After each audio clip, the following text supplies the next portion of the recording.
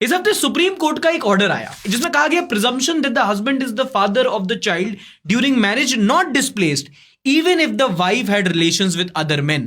Supreme court का एक order आया जिसमें सुप्रीम कोर्ट ने कहा presumption that the husband is the father of the child during the marriage not displaced even the wife had relation with other main. अगर एक married couple पति पत्नी साथ में रह रहे हैं और पत्नी कहीं और प्यार कर रही है और उस प्यार की अगर निशानी हो जाती है तो भी पति को ही बच्चे का पापा माना जाएगा।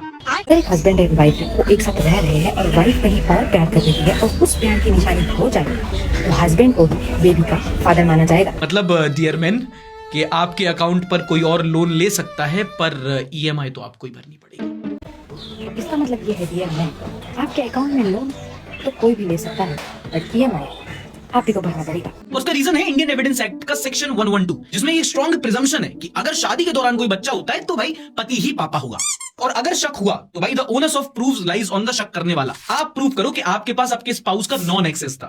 और इसका पीछे का रीजन है हमारा एविडेंस एक्ट का सेक्शन 112 जिसमें ऐसा बोला गया है, ऐसी एक स्ट्रॉन्ग प्रिजम्पशन है कि शादी के दौरान कोई भी बच्चा होता है तो वो हस्बैंड का ही है और इफ किसी को शक हो रहा है तो ओनस ऑफ प्रूफ उस इंसान के ऊपर लाई करेगा जिसे शक हो रहा है। आपको ये प्रूफ करना पड़ेगा that you are not accessible to your spouse at that time. ये भगवान क्या जुल्म है। जुल्म नहीं है बांडिया, कानून है।